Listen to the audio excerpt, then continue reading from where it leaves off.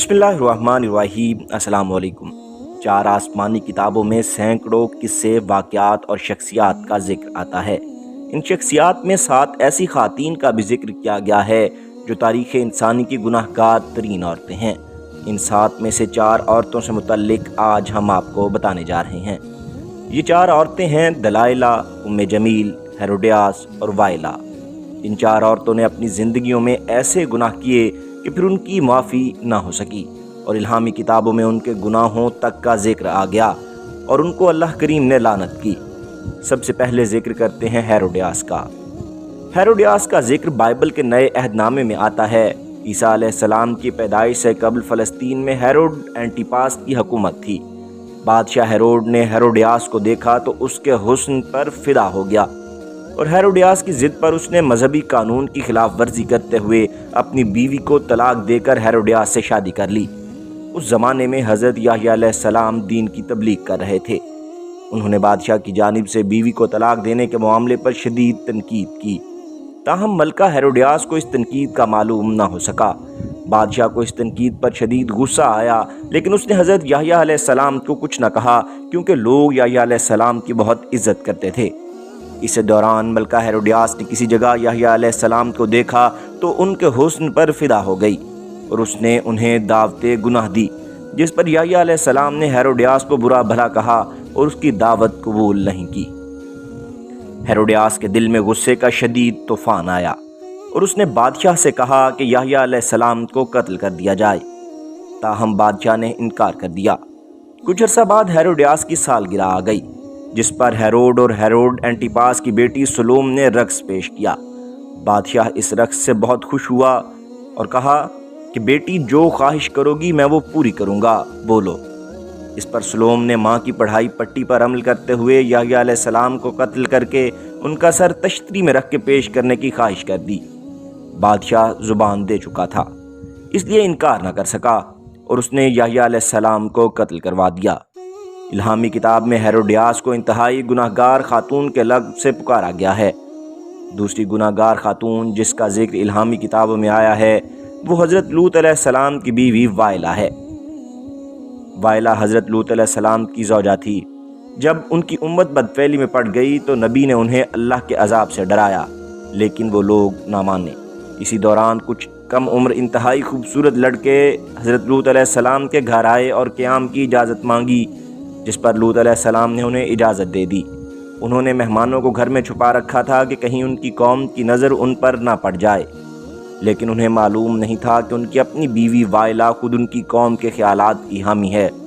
और वाइला ने चोरी छुपे लोगों को पैगाम पहुंचा दिया कि उनके घर खूबसूरत नौजवान लड़के आए हुए हैं। लोग लूत अलैहिस्सलाम के घर पहुंच गए और कहा कि वो कम उम्र लड़के हमें दे दो, जिस पर लूत अलैहिस्सलाम ने उन्हें नसीहत की कि कौम में जितनी भी औरतें हैं वो उनके लिए हलाल हैं, उनसे शादी कर लो। लेकिन वो लोग बज़िद रहे कि वो लड़कों को लेकर जाएंगे। इस पर लूत अलैहिस्सलाम ने दुआ की कि काश मेरे पास इतनी ताकत होती कि मैं उनसे लड़ सकता। इस पर मेहमानों में से एक जवान आगे बढ़ा और कहा, अल्लाह के नबी परेशान ना हों, हम फरिश्ते हैं और आपकी कौम का इम्तिहान लेने आए थे। दूसरी जानिब कौम के लोग घर का दरवाज़ा तोड़ने की कोशिश कर रहे थे। इस पर जिब्राईल अलैहिस्सलाम बाहर निकले और अपना एक पर उनके मुंह पर मारा, जिससे उनकी आंखें गायब हो गईं। वो लोग समझे शायद रात हो गई है, इसलिए उन्हें कुछ नज़र नहीं आ रहा। वो ये कहते हुए वापस चले गए कि हम सुबह को आ जाएंगे। जिब्रील अलैहिस्सलाम ने लूत अलैहिस्सलाम से कहा कि आप अपने अहलो अयाल को लेकर फ़ौरन यहाँ से चले जाएं और जाते हुए वापस पलटकर बस्ती को ना देखिएगा। हज़रत लूत अलैहिस्सलाम बेटों और बीवी को साथ लेकर रवाना हो गए। किसी ने पीछे मुड़कर नहीं देखा, लेकिन वाइला ने पीछे मुड़कर देख लिया। जब वो मुड़ी तो उसने देखा कि बस्ती पर पत्थर बरस रहे हैं और सब लोग मर रहे हैं, तो वो चीखने लगी कि हाय मेरे लोग मर गए, हाय मेरे लोग मर गए। इसी दौरान अज़ाब इलाही का एक पत्थर आकर वाइला को लगा और वो भी वहीं ख़त्म हो गई। वाइला को अपने खामन के साथ ख़यानत करने वाली खातून के तौर पर याद किया जाता है और उसे इंतहाई गुनाहगार औरत शुमार किया जाता है। तीसरी गुनाहगार औरत का तज़किरा कुरान मजीद में आया है और उसका नाम है उम्मे जमील। उम्मे जमील, जिसे हिंद बिनते अतबा के नाम से भी जाना जाता है, अबू सुफियान बिन हर्ब अल मारूफ अबू लहब की बीवी थी, جو مکہ میں پیغمبر اسلام حضرت محمد صلی اللہ علیہ وآلہ وسلم کا سخت مخالف تھا۔ اسلام کے ابتدائی سالوں میں ام جمیل نے پیغمبر اسلام صلی اللہ علیہ وآلہ وسلم اور صحابہ کی مخالفت میں نمایاں کردار ادا کیا، اور وہ اسلام کے خلاف اپنی شدید دشمنی کے لیے مشہور تھی۔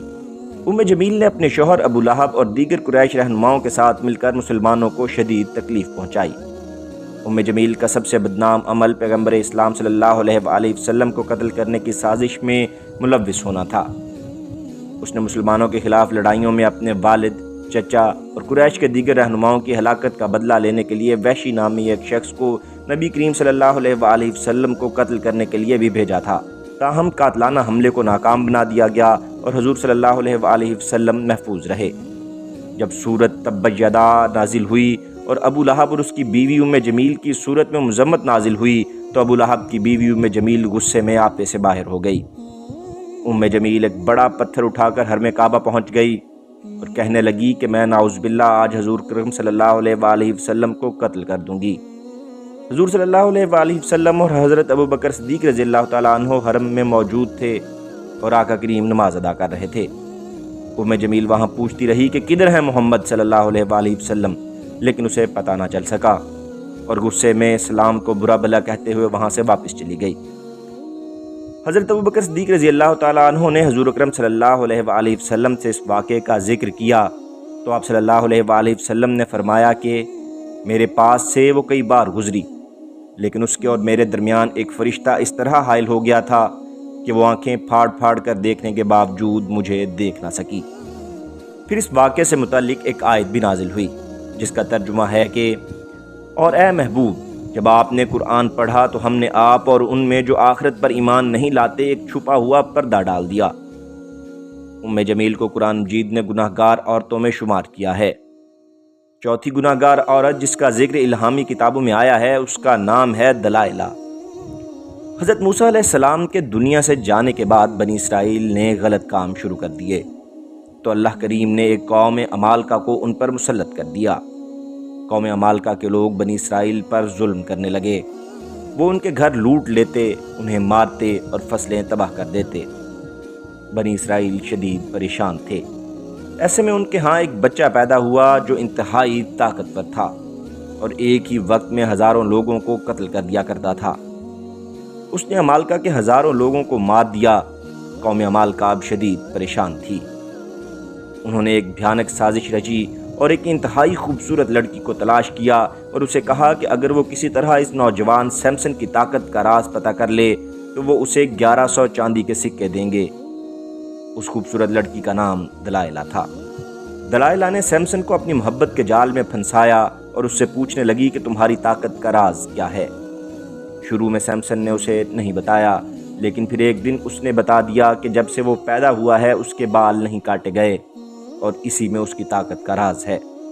دلائلہ نے اسی وقت عمالقہ کے لوگوں کو مخبری کر دی، اور جب سیمسن اس کی گود میں سر رکھ کے سو رہا تھا تو اس نے عمالقہ کے ایک شخص کو بلا کر سیمسن کے بال کٹوا دیے، جس سے اس کی طاقت ختم ہو گئی اور قوم عمالقہ نے اسے پکڑ لیا۔ سیمسن کو دربار میں لا کر ذلیل و خوار کیا گیا اور گالیاں دی گئیں۔ سیمسن کو دلائلہ کی بے وفائی پر بہت غصہ آیا اور اس نے اللہ کریم سے دعا کی کہ اسے اس کی طاقت لوٹا دی جائے۔ اللہ نے سیمسن کی دعا قبول کر لی اور اسے طاقت واپس مل گئی۔ پوری قوم عمالقہ دربار میں موجود تھی، جشن جاری تھا اور سیمسن کو دربار کے مرکز میں 2 ستونوں کے ساتھ باندھا گیا تھا۔ سیمسن نے پوری قوت سے ان ستونوں کو کھینچا جس سے وہ ستون ٹوٹ گئے اور پورا محل زمین بوس ہو گیا، جس میں قوم عمالقہ کے تمام 3000 لوگ سیمسن کے ساتھ مر گئے۔ بے وفائی کرنے والی دلائلہ کو الہامی کتابوں میں گناہ گار عورتوں کی فہرست میں شامل کیا گیا ہے۔ تو دوستو، آپ کو آج کی ویڈیو کیسی لگی کمنٹ میں ضرور بتائیے گا، اور اگر آپ کو کچھ اچھا لگا ہو تو لائک ضرور کیجیے گا۔ اس کے علاوہ آپ تاریخ اسلامی یا دنیاوی تاریخ کے حوالے سے کسی بھی ٹاپک پر کوئی ویڈیو دیکھنا چاہتے ہوں تو کمنٹ کریے گا، ہم ریسرچ کر کے آپ کے لیے بہترین ویڈیو لائیں گے۔